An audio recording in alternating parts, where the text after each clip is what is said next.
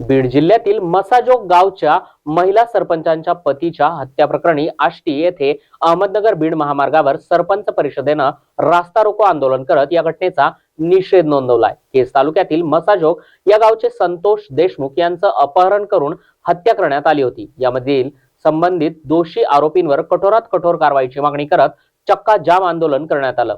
आज जिल्ह्यामधील सर्व ग्रामपंचायती बंद ठेवण्यात आल्या आहेत। या प्रकरणी सीआयडी कडून चौकशी व्हावी, देशमुख कुटुंबाला संरक्षण द्यावं अशी मागणी या चक्का जाम आंदोलनाच्या माध्यमातून करण्यात आली आहे। कशामुळे रस्ता रोको करण्यात आला होता, काय सांगाल?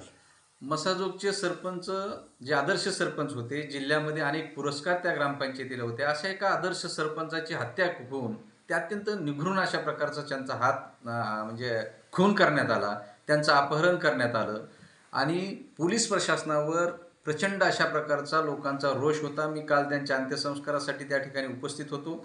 म्हणून या राज्यातील सरपंचांनाही संरक्षण मिळालं पाहिजे आणि संतोष देशमुख यांच्या हत्येच्या पाठीमागचे सूत्रधार कोण आहेत हे शोधून काढण्यासाठी सरपंच परिषदेने आज जिल्हाभरात ग्रामपंचायती बंद ठेवण्याचं आवाहन केले। आज आपण पाहिले की राज्यातल्या किंवा जिल्ह्यातल्या सगळ्या ग्रामपंचायती बंद आहेत। येत्या 3 दिवसांमध्ये या संदर्भात आरोपींना जर नाही पकडलं तर राज्यातल्या सगळ्या ग्रामपंचायती आम्ही बंद करणार आहोत।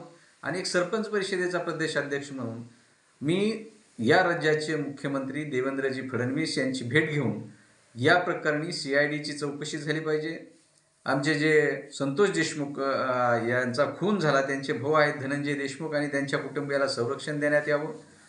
त्या ठिकाणचे पीआय महाजन यांना तात्काळ निलंबित करण्यात यावं आणि महाजन यांचे सगळे फोन कॉल त्यांना कुणी फोन केले, सरपंचांना पहिल्यांदा धक्काबुक्की केली त्यावेळेस पोलीस स्टेशनला त्यांचा गुन्हा का दाखल करून घेतला नाही, त्या ठिकाणी कुणाचे फोन आले होते का, पोलिसांवर दबाव होता का, या सर्व गोष्टीचा उलगडा झाला पाहिजे। या संदर्भात सरपंच परिषदेची ही कठोर भूमिका आहे आणि यापुढे तात्काळ या संदर्भातील आरोपी अटक केले नाहीत आणि पोलिसांनी या घटनेचा छडा लावला नाही तर राज्यभर सरपंच परिषद हे आंदोलन उग्र केल्याशिवाय राहणार नाही।